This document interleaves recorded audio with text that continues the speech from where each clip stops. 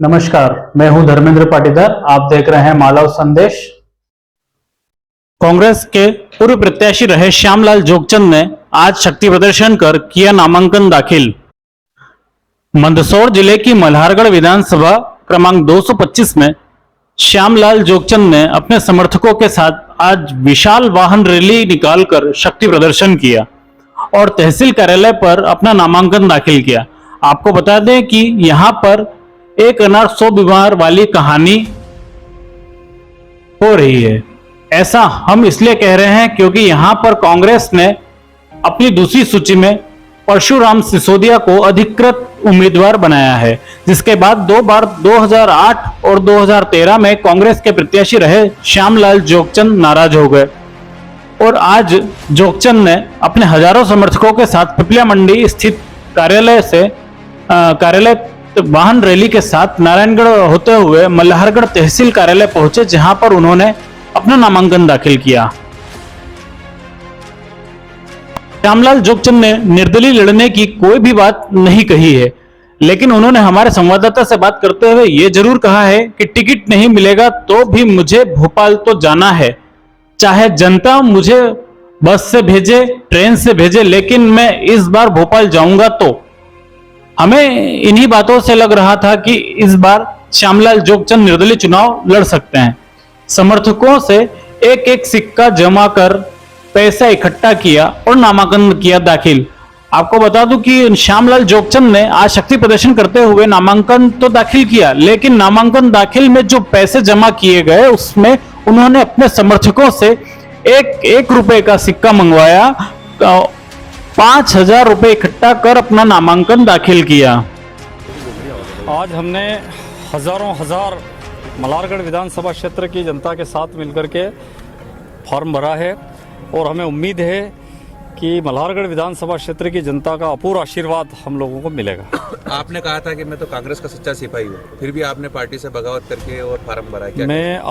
मैंने कांग्रेस पार्टी का ही आवेदन दिया है, INC का, निर्दलीय फॉर्म नहीं भरा है। मुझे अभी भी भरोसा है कि कांग्रेस पार्टी मेरे साथ न्याय करेगी। कहीं न कहीं चूक हुई है, वो चूक ठीक होगी और मेरे साथ न्याय करेगी, क्योंकि B फॉर्म जो आता है टिकट का वो 30 तारीख को जमा होगा और आज 23 तारीख है, तो कहीं न कहीं मेरे साथ न्याय होगा, क्योंकि मैंने कांग्रेस पार्टी की लगातार 27 सालों से सेवा की है, तो निश्चित रूप से मेरे साथ न्याय होगा।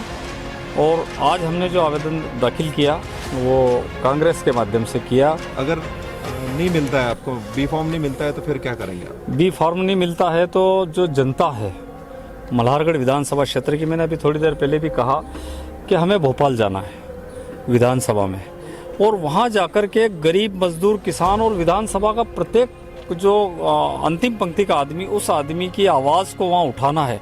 अब भोपाल जाना है तो कोई हमको बस से ले जाए, कोई हमको ट्रेन में ले जाए, और कई बार ऐसा होता है कि टिकट होने के बाद ट्रेन में टिकट कंफर्म नहीं होता है, तो हम वहाँ जाकर के TT से रिक्वेस्ट करते हैं कि भैया हमको भोपाल तक तो जाने दें।